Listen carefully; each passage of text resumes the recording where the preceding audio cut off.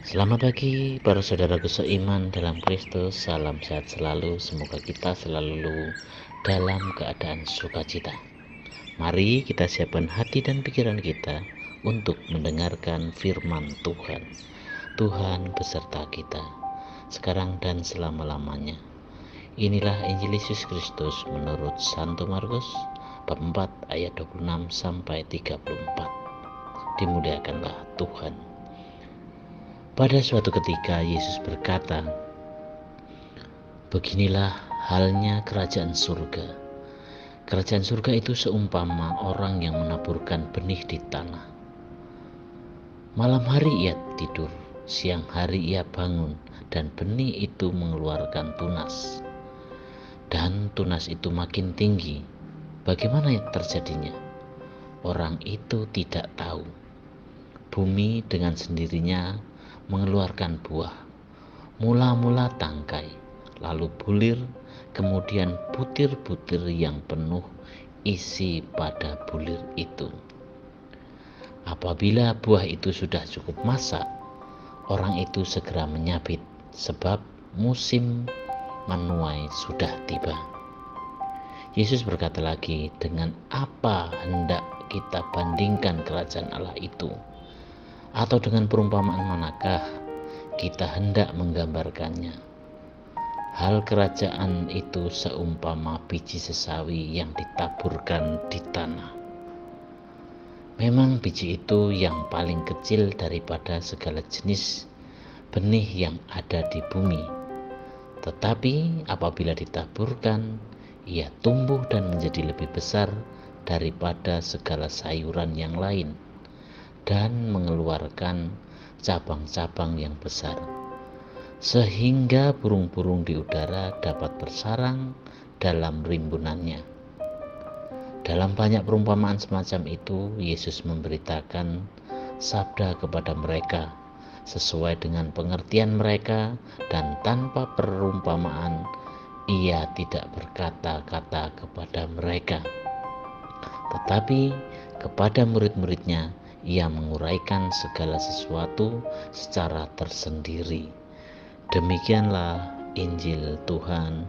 Terpujilah Kristus. Selamat pagi para sahabatku, sahabat suara hati, rekan muda, para setelamarian dan pendengar dimanapun Anda berada. Segala hal yang hidup harus bertumbuh, meski proses dan hasil pertumbuhannya tidak selalu terlihat secara fisik. Dalam Injil hari ini, dalam perumpamaan disampaikan, seorang petani hanya menanti karena tidak tahu apa yang terjadi sejak benih ditanam sampai berbuah. Itulah gambaran tentang kerajaan Allah yang ditanam dalam diri orang-orang oleh Kristus. Melalui rahmat-Nya, kerajaan Allah secara misteri menyebar ke seluruh dunia dan membuahkan tuaian. Kemudian Yesus menceritakan perumpamaan tentang biji sesawi. Biji yang sangat kecil, namun biji sesawi itu tumbuh menjadi pohon yang besar, sehingga burung-burung dapat membuat sarang di situ. Dengan cara serupa, kerajaan Kristus di atas bumi dimulai secara kecil-kecilan. Tidak banyak orang yang menjadi pengikut Kristus yang setia pada masa itu. Hanya ada beberapa orang rasul dan perempuan-perempuan yang setia melayaninya sejak dari Galilea.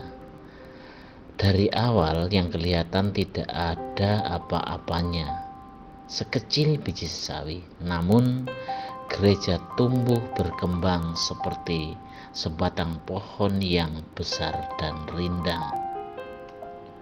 Di bawah perlindungan dan naungan pohon, inilah banyak jiwa-jiwa berlindung. Para sahabatku, sahabat suara hati, rekan muda dan para pendengar dimanapun Anda berada, cara-cara Allah seringkali merupakan suatu kejutan bagi kita, dan yang kita butuhkan adalah iman, pengharapan dan kasih, rasa percaya pada hikmat, kebijaksanaan dan kuasa yang datang hanya dari Dia, dari Tuhan, sehingga kita menjadi besar, kokoh, kuat, dan berguna bagi orang lain. Apabila kita berbicara sebagai manusia, maka gereja adalah sebuah mukjizat berkaitan dengan karya Tuhan, karya Allah sendiri. Apabila sekedar mengandalkan upaya manusia, maka gereja pun tidak akan bertahan lama. Hal yang sama berlaku bagi kita. Sekali-kali kita pun membutuhkan lebih daripada sekedar upaya manusia. Allah telah menjamin kita semua bahwa Dia siap dengan pertolongannya.